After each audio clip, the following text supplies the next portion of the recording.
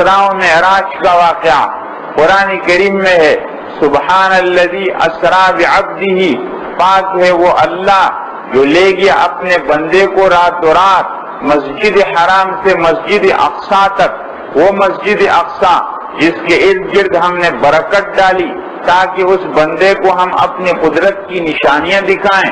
انہ هو السمیع البصیر، وہ اللہ سننے والے دیکھنے والے۔ تو اسراء اور معراج کا واقعہ ہوا ہے، اس واقعے پر آج کی مجلس میں ہم بات کرتے ہیں۔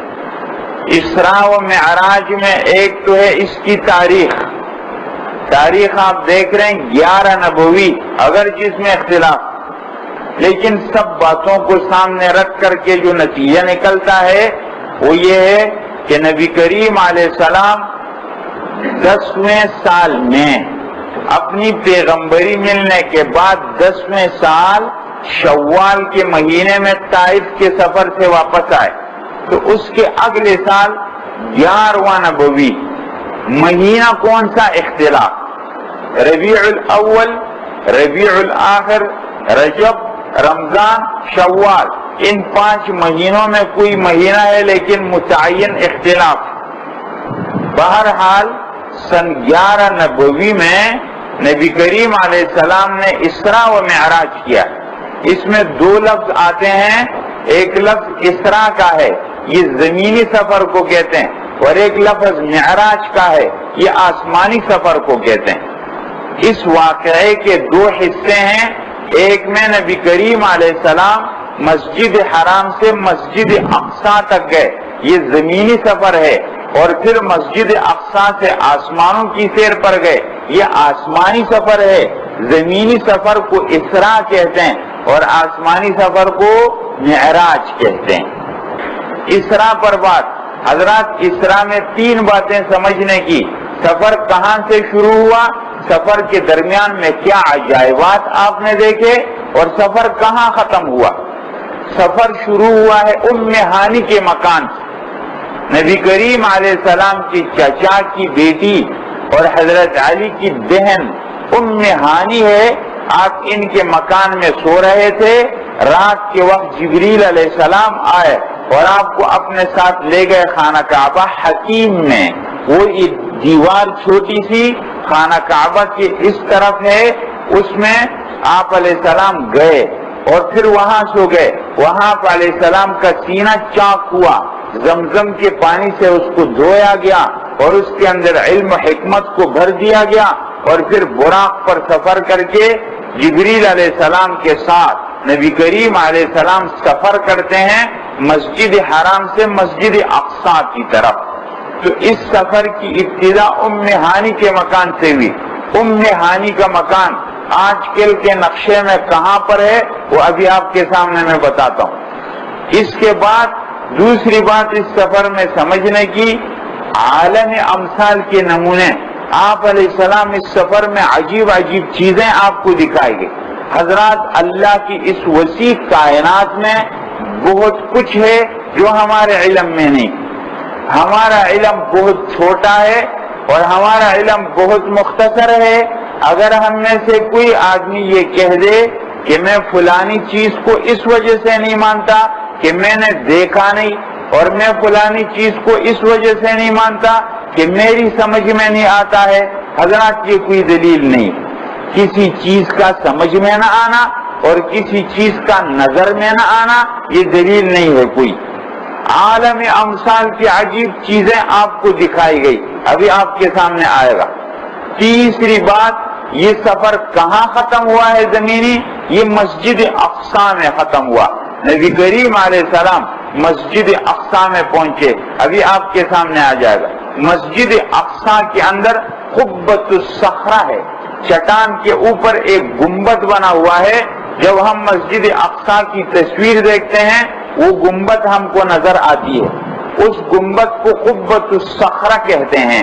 نبی کریم علیہ السلام نے وہاں پر مسجد اقصیٰ کے اندر انبیاء کی امامت کرائی، انبیاء وہاں پر جمع تھے، اور یہ عالم امثال کی بات، انبیاء کرام کے امثال وہاں لائے گئے۔ یا انبیاء کرام کو خود لایا گیا، اللہ کی قدرت ہے، کچھ بعید نہیں۔ بہرحال انبیاء کرام کی امامت نبی کریم علیہ السلام نے وہاں پر کرائی۔ نبی کریم علیہ السلام پہنچے تو بھری ہوئی مسجد، اور اب انتظار میں کہ جماعت کرائے کوئی، تو جبریل علیہ السلام نے نبی کریم علیہ السلام کا ہاتھ پکڑا اور آپ کو امامت کے لیے آگے کیا، اور آپ علیہ السلام نے ان کو جماعت کرائی، اور اس جماعت کے بعد نبی کریم علیہ السلام آسمانوں کی سیر پر گئے، یا اسی براق پر یا جنت کی ایک سیڑھی لائی گئی، اور آپ علیہ السلام آسمانوں کی سیر پر تشریف لے گئے۔ تو یہ پہلا حصہ ہے اس سفر کا، جو زمینی سفر ہے۔ اس زمینی سفر کو حضرات کیا کہتے ہیں؟ اسراء کہتے ہیں۔ اور اس سفر کی ابتدا کہاں سے ہوئی ہے؟ ام ہانی کے مکان سے، اور اس سفر کی انتہا کہاں ہوئی ہے؟ مسجد اقصی۔ اور اس سفر کے بیچ میں آپ نے عجیب عجیب نمونے دیکھے، وہ ابھی آپ کے سامنے آتے ہیں۔ حضرات آپ دیکھ رہے ہیں، یہ ہے مسجد حرام۔ یہ مسجد حرام کی یہ لمبی پٹی، یہ صفا مروہ کی پٹی ہے، اور یہ مسجد حرام کے اس نقشے میں، اس میں شفاعت والی توسیع شامل نہیں ہے۔ آج کل کے مسجد حرام کے 4 گیٹ ہیں بڑے بڑے۔ اس گیٹ کا نام باب الفتح ہے، اس گیٹ کا نام باب العمرہ ہے، اور اس گیٹ کا نام باب ملک عبدالعزیز ہے۔ اور یہاں اس حصے میں اب حرم کا ایک حصہ شامل ہو گیا، وہاں اس گیٹ ہے، اس کا نام باب ملک فہد ہے۔ یہ باب عبدالعزیز سے اندر جاتے ہیں، یہاں ام ہانی کا مکان تھا، اسی گیٹ سے اندر جا کر کے جو اب حرم کے اندر شامل ہو چکا۔ ام ہانی کا مکان اسی باب عبدالعزیز، آپ دیکھ رہے ہیں خانہ کعبہ سے جو تیر آیا ہے، یہ اشارہ کر رہا ہے ام ہانی کے مکان کی طرف۔ ام ہانی کا مکان یہاں تھا، یہاں سے نبی کریم علیہ السلام کو رات میں اٹھا کر کے، حضرات یہاں چھوٹی سی دیوار آپ کو نظر آ رہی، خانہ کعبہ کے ارد چھوٹی سی دیوار ہے، اس دیوار کو حتیم کہتے ہیں۔ اس کے اندر کا حصہ نبی کریم علیہ السلام کو اس حتیم میں لایا گیا، اور یہاں آپ علیہ السلام کا سینہ چاک کیا گیا، اور یہاں سے پھر آپ گئے مسجد اقصی کی طرف۔ رات رات کے سفر جاری۔ جب نبی کریم علیہ السلام روانہ ہوئے ہیں، آپ نے عجیب نمونے دیکھے۔ یہ آپ دیکھیں، آپ علیہ السلام فرماتے ہیں مجھے کچھ ایسے لوگ نظر آئے جن کا سر کچلا جا رہا تھا، پتھر کے ساتھ ان کے سر کو مارا جا رہا تھا۔ میں نے جبریل علیہ السلام سے پوچھا کون لوگ ہیں؟ فرمایا یہ وہ لوگ ہیں جو نماز نہیں پڑھتے، نماز میں سستی کرتے ہیں۔ آگے ایک اور جماعت نظر آئی، میں نے دیکھا کہ وہ ان کے بدن پر ایسے کپڑے لپٹے ہوئے، بدن ان کا ننگا ہے، اور وہ جانوروں کی طرح چر رہے ہیں۔ میں نے کہا یہ کون لوگ ہیں؟ کہا یہ وہ لوگ ہیں جو زکات نہیں دیتے۔ پھر آگے گئے ایک اور جماعت نظر آئی کہ اپنے سروں کے اوپر لکڑیوں کو اتنا بڑا گٹھا ڈالا ہوا ہے، اور اس میں اور بھی ڈال رہے ہیں۔ میں نے کہا کون لوگ ہیں؟ کہا یہ وہ لوگ ہیں جو دوسرے کے حقوق کو دباتے ہیں۔ پھر آگے گئے اور جماعت نظر آئی کہ جو کیا کر رہے تھے کہ ان کی زبانوں اور ہونٹوں کو کینچیوں سے کاٹا جا رہا تھا، ان کے ہونٹوں کو اور ان کی زبان کو کینچی سے کاٹا جا رہا تھا۔ میں نے کہا کون لوگ ہیں؟ کہا یہ بے عمل واعظ اور مقرر ہیں، جو لوگوں کو تقریر کرتے ہیں لیکن خود عمل نہیں کرتے۔ آگے گئے اور جماعت نظر آئی کہ ان کے تانبے کے ناخن ہیں، اور وہ اپنے منہ کو اور اپنے سینے کو نوچ رہے ہیں۔ میں نے کہا کون لوگ ہیں؟ کہا یہ وہ لوگ ہیں جو لوگوں کی غیبت کرتے ہیں۔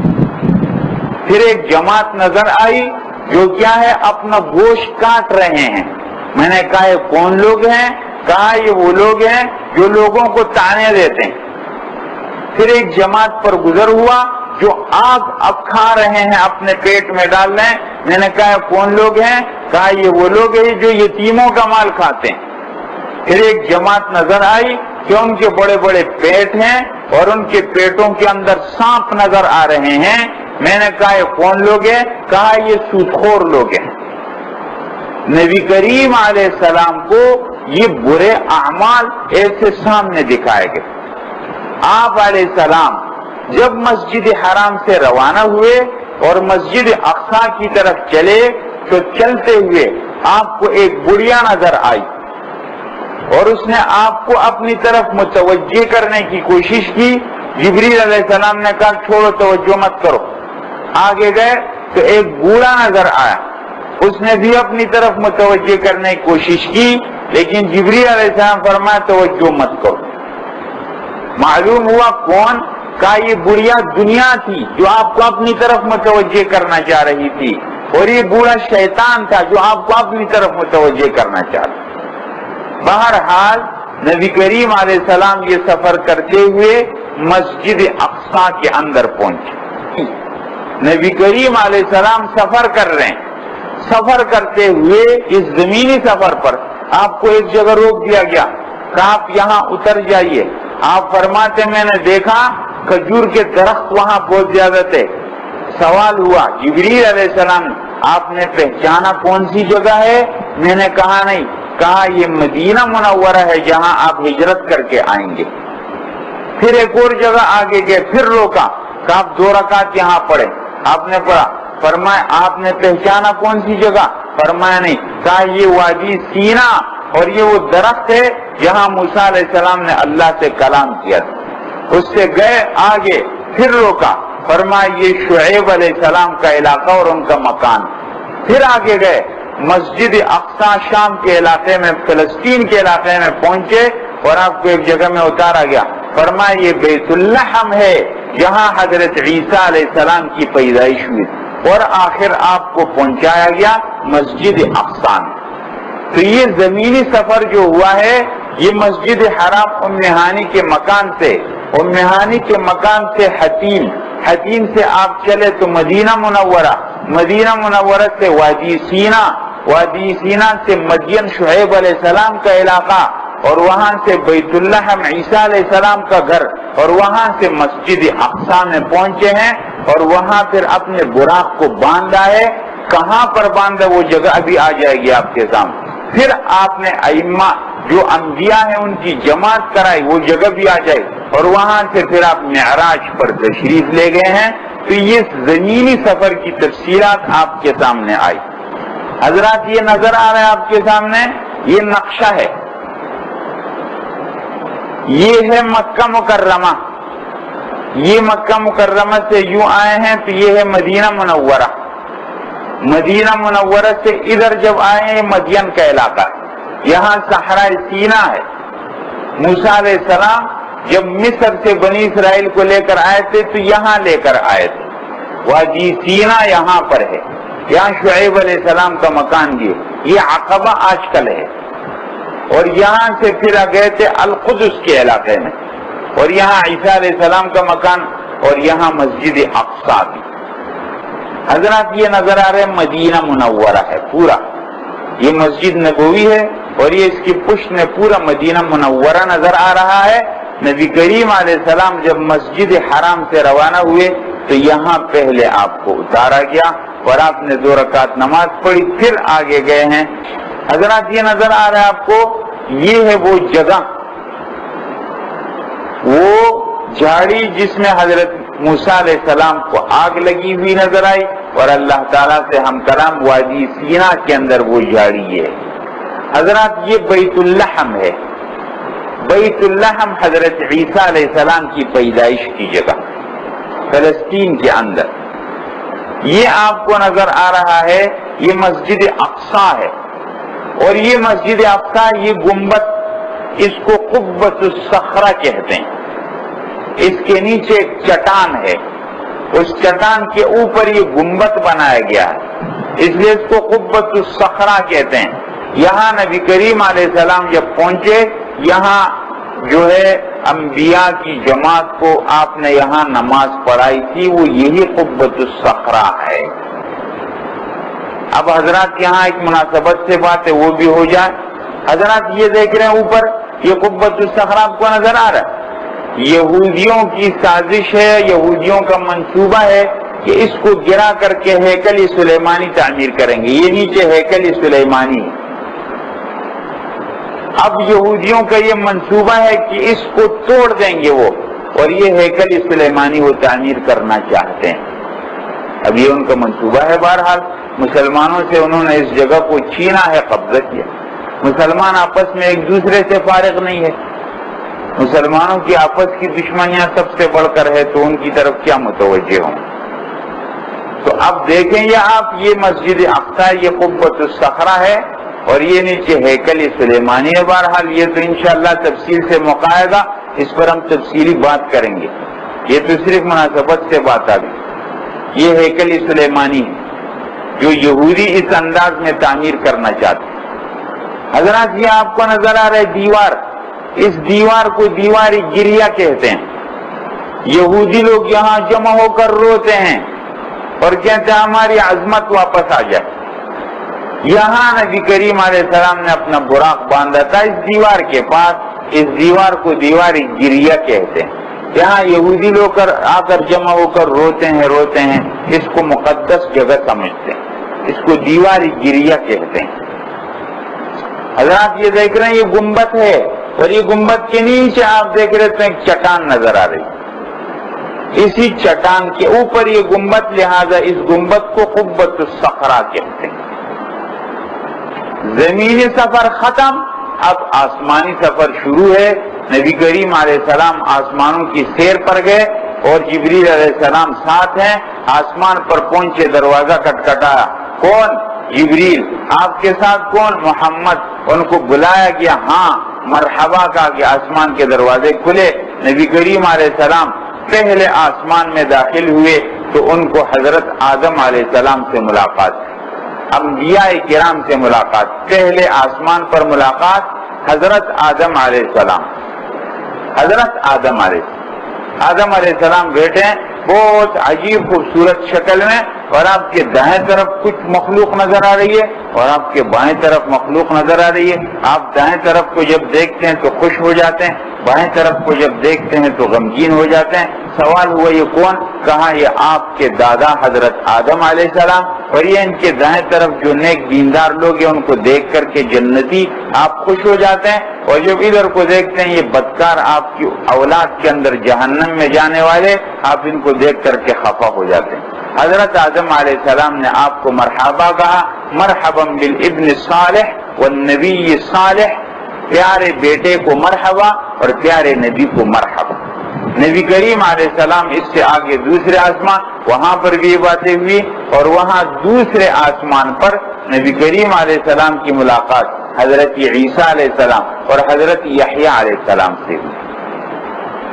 اس کے بعد تیسرے آسمان پر گئے ہیں، وہاں ملاقات ہوئی ہے حضرت یوسف علیہ السلام۔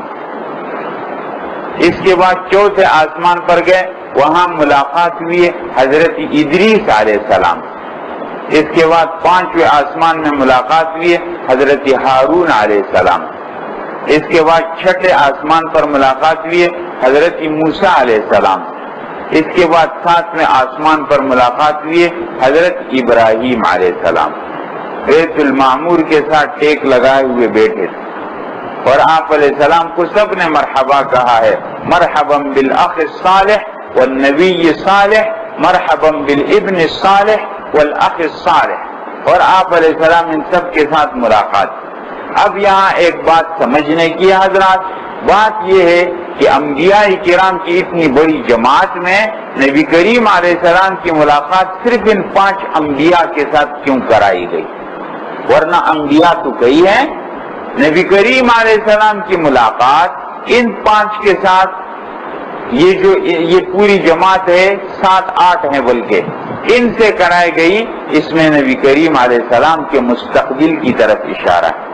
آدم علیہ السلام کو یہ بتایا گیا آدم علیہ السلام سے ملاقات کر کے کہ جس طرح آدم علیہ السلام کو جنت سے نکالا گیا، اسی طرح آپ کو آپ کے علاقے سے نکالا جائے۔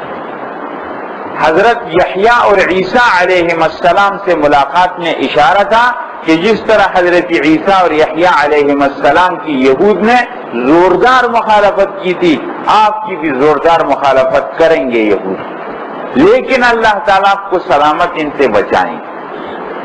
حضرت یوسف علیہ السلام سے ملاقات میں اشارہ کہ جس طرح یوسف علیہ السلام کو ان کے بھائیوں نے نکالا لیکن سب آگے ان کے سامنے گردن جھکائے کھڑے تھے، اور یوسف علیہ السلام اپنے بھائیوں کو کہہ رہے تھے لا تثریب علیکم اليوم یغفر اللہ لنا، کہ یوسف علیہ السلام نے کہا کہ تم پر آج کوئی ملامت نہیں، کوئی ملامت۔ نبی کریم علیہ السلام نے مکہ جب فتح کیا، آپ کے زوردار مخالفین آپ کے سامنے سر جھکائے کھڑے تھے، اور آپ علیہ السلام فرما رہے تھے لا تثریب علیکم اليوم انتم الطلقاء، تم پر آج کوئی ملامت نہیں ہے، تم سب آزاد۔ چوتھے آسمان پر حضرت ادریس علیہ السلام سے ملاقات ہوئی۔ ادریس علیہ السلام قلم کے موجد ہیں، خط کے موجد ہیں، پہلے لکھنے والے۔ اشارہ ہے کہ آپ خطوط لکھیں گے بادشاہوں کو، نبی کریم علیہ السلام نے خطوط لکھے تھے۔ اس کے بعد ملاقات ہوئی حضرت ہارون علیہ السلام سے۔ ہارون علیہ السلام کی موجودگی میں بنی اسرائیل نے بچڑے کی عبادت کی تھی، اور پھر توبے کے طور پر ان کو قتل کر دیا گیا تھا۔ اشارہ تھا کہ آپ کی امت کے اندر سرکش لوگوں کو قتل کیا گیا، جیسے بدر کے اندر ان کو قتل کیا گیا۔ موسیٰ علیہ السلام سے ملاقات میں اشارہ کہ آپ وقت کے فرعونوں کے خلاف بات کریں گے، اور ابراہیم علیہ السلام کی ملاقات میں اشارہ کہ آپ توحید کی آواز ہر جگہ عام کریں گے۔ یہ 7 انبیاء کا آپ کے مستقبل سے گہرا تعلق ہے، تو ان سے ملاقات کرائی گئی نبی کریم علیہ السلام کی، ورنہ ایسا نہیں ہے کہ صرف یہ پیغمبر۔ آپ علیہ السلام ان ملاقاتوں سے فارغ ہو گئے، 7 آسمانوں سے اوپر پھر جب آپ گئے ہیں تو پھر وہاں پر آتا ہے سدرۃ المنتہا۔ سدرۃ المنتہا کیا چیز ہے حضرات؟ سدرۃ المنتہا عالم خلق اور عالم امر کے بیچ میں ایک ڈاک خانہ ہے۔ اللہ کی کائنات ایک عالم خلق ہے جس میں مخلوقات ہیں، قسم قسم کی مخلوقات، اور ایک عالم امر ہے جس کا علم اللہ کے سوا کسی کو نہیں۔ جبریل علیہ السلام کی وہاں سے اوپر کچھ رسائی نہیں۔ عالم امر کی باتیں سدرۃ المنتہا میں آتی ہیں، فرشتے وہاں سے اصول کر کے نیچے لاتے ہیں۔ عالم خلق کی باتیں سدرۃ المنتہا میں، بس آگے کیا ہے کسی کے علم میں نہیں۔ اللہ کی وسیع کائنات، اللہ کا وسیع علم، اللہ کی وسیع قدرت، اللہ کے وسیع خزانے، اللہ زبردست زبردست اللہ ہیں۔ اس لیے سدرۃ المنتہا میں نبی کریم علیہ السلام، اور یہاں سے آگے پھر نبی کریم علیہ السلام گئے، جبریل علیہ السلام رک گئے وہاں، اور آگے ہم نہیں جا سکتے، اور آپ علیہ السلام گئے، پھر آگے گئے، اور اللہ تعالیٰ سے کلام ہوا ہے، اور اس موقع پر اللہ تعالیٰ نے 3 انعامات اور 3 احکام آپ کو دیے۔ تیسری چیز کلام اور عطیہ احکام۔ اللہ سے کلام ہوا ہے، ملاقات ہوئی ہے، رویت ہوئی ہے، دیکھا ہے یا نہیں اس میں اختلاف، لیکن کلام اللہ تعالیٰ سے ہوا، اور پھر اللہ تعالیٰ نے آپ پر اور آپ کی امت پر 50 نمازیں فرض کی۔ اور نمبر 2 سورہ بقرہ کا آخری للہ ما فی السماوات آپ کو دیا ہے، اور یہ بات کی کہ جو امت کے اندر شرک کے بغیر مر جائے گا اللہ تعالیٰ اس کی مغفرت کریں گے۔ شرک نہ کرے، اللہ کے ساتھ شریک نہ بنائے، تو اللہ تعالیٰ اس کی مغفرت کریں گے۔ یہ باتیں لے کر نبی کریم علیہ السلام جب واپس ہو رہے تھے، حضرت موسیٰ علیہ السلام سے ملاقات ہوئی، اور موسیٰ علیہ السلام نے پوچھا ہے کہ کیا دیا؟ فرمایا کہ 50 نمازیں۔ تو حضرت موسیٰ علیہ السلام نے کہا یہ میرا تجربہ ہے، آپ کی امت نہیں پڑھ سکے گی، کچھ تخفیف کرائیں۔ تو نبی کریم علیہ السلام بار بار گئے آئے، یہاں تک کہ 5 نمازیں رہ گئی، اور یہ آواز آئی کہ یہ ہے تو 5 لیکن اس کا ثواب 50 کے برابر۔ اور آپ علیہ السلام اس کے بعد آئے ہیں واپس، زمین پر آئے اسی براق پر، پھر مسجد اقصی میں، اور مسجد اقصی سے پھر حرم میں، اور پھر ام ہانی کے مکان میں واپس آ گئے۔ صبح کو نبی کریم علیہ السلام نے جب یہ بات بیان کی تو ابو جہل سے آپ کی ملاقات ہوئی، وہ ہنسنے لگا اور آپ کا مذاق اڑانے، اور کہا صبر کرو، ابھی میں لوگوں کو جمع کرتا ہوں، آپ ان کے سامنے بھی یہ بات کریں تاکہ لوگ متنفر ہو جائیں۔ کیسی بات کرتا ہے؟ مسجد حرام سے مسجد اقصی تک کتنا لمبا سفر ہے جو کئی دنوں کے اندر طے ہوتا ہے، ایک رات میں وہاں پہنچا ہے، وہاں سے آسمانوں کی سیر پر گیا، وہاں سے جنت جہنم کو دیکھا، اور یہ سب کچھ ہو گیا، یہ ایک رات میں کیسے ممکن؟ آج تو لوگوں کو اس سے متنفر کرا دوں گا، اور پھر لوگ جمع ہوئے اور نبی کریم علیہ السلام نے ان کے سامنے بات کی.